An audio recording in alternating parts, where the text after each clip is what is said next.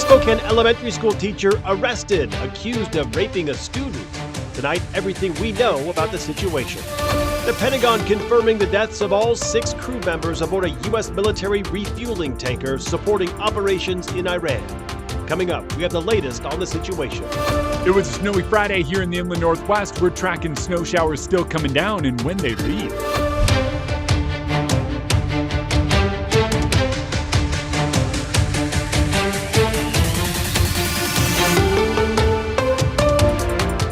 Good evening and thank you for joining us for KREM 2 News at 5 tonight. I'm Mark Hanrahan. New in the last 30 minutes, we now know the name of one of the service members killed in yesterday's U.S. military KC-135 refueling tanker crash.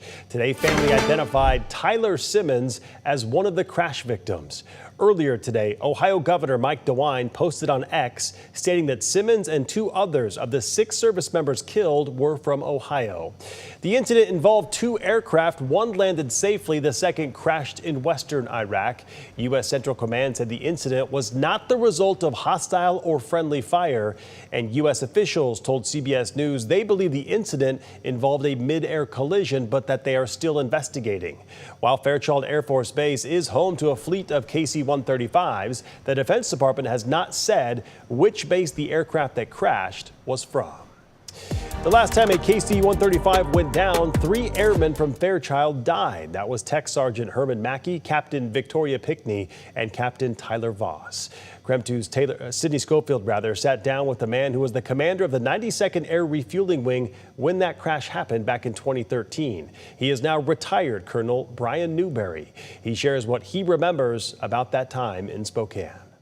I still feel the scars of Shell 77 to this day, and I still go out there on May 3rd to lay flowers out there. And whenever I go there, without a doubt, there's always other flowers out there. There's always pennies, nickels, and dimes, which is a military tradition as well.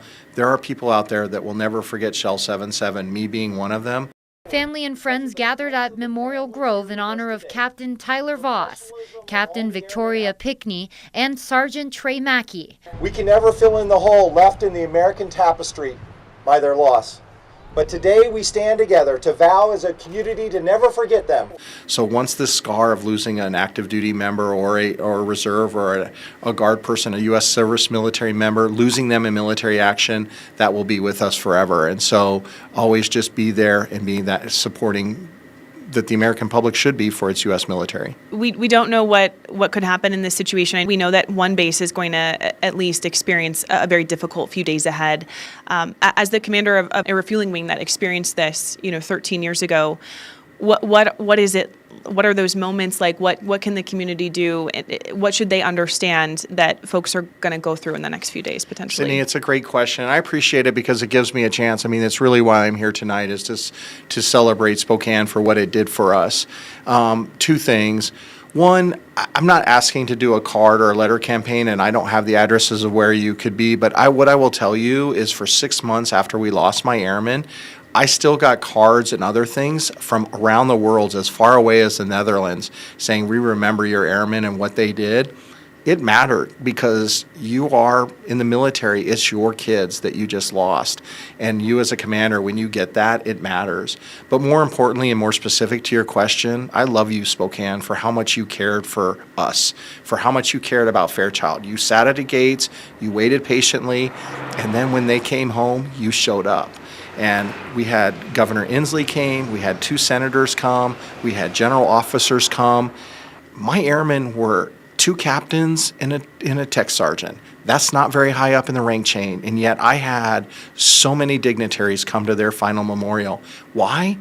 They were special airmen, but it's more importantly what they did was special. Yeah. That's what we're honoring, and everyone was there. And then here's the final point, Sydney, is when we drove from the Air Force Base all the way down to the IMB Center, or First Interstate Center now, that was given to us to have that memorial service, there were flags the whole way down Highway 2. That's Spokane. That's a lilac community. That's a red, white, and blue community with a lilac heart right there. And as a lilac princess, you know how much we love this community here. honestly, that's why I'm sitting here today with you, because I turned to my wife when we were getting at the end of our time and I said, this community loves its veterans. Maybe this is a place that we call home, and why we retired here is because of that love for Shell 77. So wherever you are at, Base USA, show love to your base. They want it. They need it.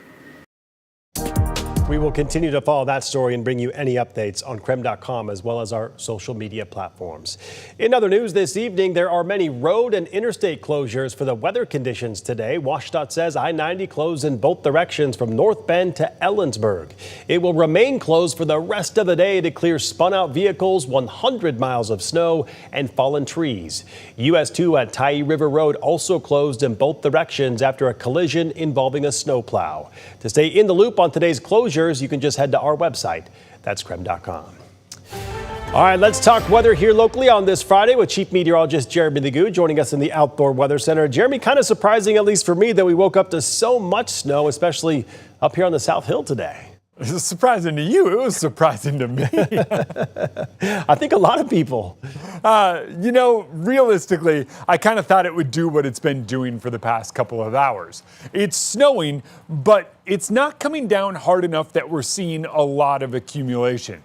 Where there isn't snow on the ground, there is a negligible difference between now and when I was out here an hour ago. Where there is snow, it's still sticking and it's amounting to another, say, quarter of an inch in the past hour. So it really depends where you are and how hard it's snowing for how much snow sticks. It's March. This is the case when it snows. 33, so temperatures sitting slightly above freezing, widespread across the inland Northwest, mid-30s in North Idaho. We have winter storm warnings, winter weather advisories, now flood watches as rain starts falling down across the Palouse. Our snow line set up just a little bit higher. That's why we wound up in so much of it here in Spokane. The bad news is it's going to melt fast. I love snow. The good news is it is going to melt fast. Next couple of days, we trend quite a bit cooler than the seasonal norms, but those roads should be nice and clear by tomorrow afternoon. Sunday, we'll get rid of a lot of it, and by Monday, the grass will even be clear. Mark? Sounds good, Jeremy. I'll check back in with you later in the show tonight. Coming up after the break, we dive into recent allegations against an elementary school teacher from Spokane who's accused of sex crimes against a child. What we know tonight.